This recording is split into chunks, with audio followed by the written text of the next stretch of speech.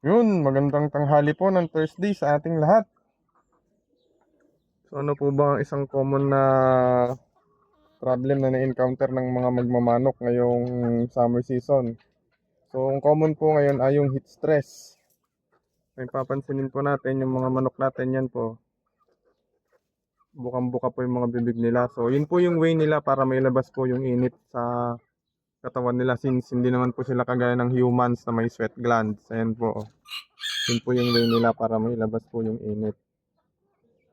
So maganda po na magbigay tayo na again ng fresh water sa ating mga alaga at mga vitamin C plus electrolytes para ma-cool down lang po yung ano nila, temperature po nila.